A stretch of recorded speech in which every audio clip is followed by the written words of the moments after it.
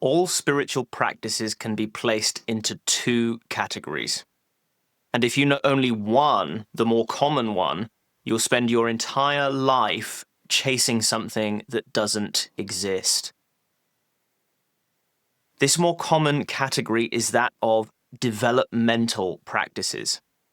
The teachings on these state or imply that you must purify yourself, cultivate good qualities, and/or generate merit.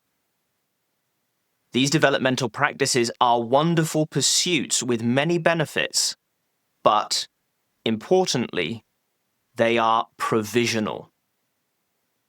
The tool of the provisional teaching doesn't only show up in spiritual traditions. Newtonian physics, for example, is accurate enough for making everyday calculations, but it is provisional in that it is superseded by relativity, which is ultimately more accurate. For the spiritual practitioner, on one level, development appears to be occurring. They are progressively calmer, happier, and kinder in proportion to how much time and effort they spend in meditation. This is good. But as long as this practitioner must do something to bring those qualities about, they are caught in a trap. It's a far better trap than a cocaine addiction, but it is a trap nonetheless. The good news is that there's an alternative. The second category of spiritual practices contains those concerned not with development, but rather recognition. These practices are not about changing things, but rather realizing their true nature. During my first 3 years of dedicated practice, I had one foot in each camp.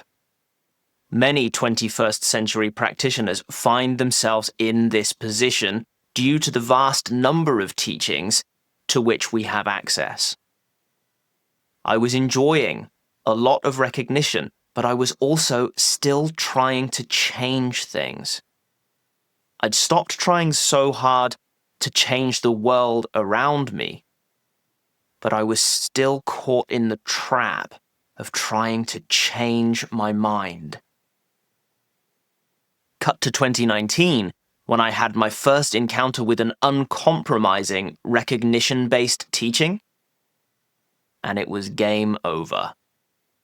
I looked deeply into the nature of myself and my experience, and realized that all my attempts to change anything, though they brought some benefit, were ultimately futile. I realized that in my direct experience, things simply are as they are, and that any attempt to change them was itself an expression of the very dissatisfaction from which I'd been trying to escape. The moment I embraced the practice of simply resting as awareness, the essence of all appearances, I was finally able to let go fully. I recognized that everything I'd taken to be me, my thoughts, my feelings, my body, was ultimately no different to the trees, the clouds, the sound of traffic, and that all these appearances were not what I perceived them to be by means of interpretation, judgment, description, but rather they were simply a great kaleidoscope of spontaneous appearances with no meaning beyond that which my thinking mind had attributed to them. I recognized the blissful, pure space in which all appearances occur, which transcends reifying concepts in that concepts, too, come and go like clouds drifting through the sky. And with this recognition came the realization that I, as that space which remains in the absence of perception, am beyond harm, naturally calm, naturally clear, naturally kind. Now, if you've made it this far, you're likely ready to at least consider this second category of teaching. I have a working hypothesis that more and more people are ready for it now than at any other time in history. More people are seeing not only that worldly prescriptions don't work, but that even mainstream spiritual prescriptions don't work, not where the goal is freedom in all circumstances. Buying a new car today won't guarantee happiness tomorrow, and neither will meditating today guarantee happiness tomorrow. Both are conditional. We must go beyond that. Of course, we all need to engage with the world. We need a place to live and food to eat. And most of us need a gateway into spirituality. We need to learn to sit still and not terrorize ourselves with intrusive thoughts.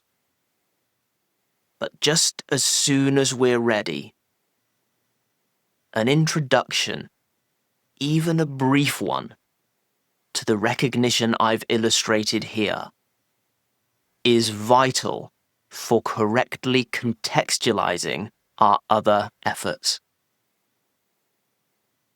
Contact with a teacher is very important for helping you determine what kind of practice you should be focusing on and when.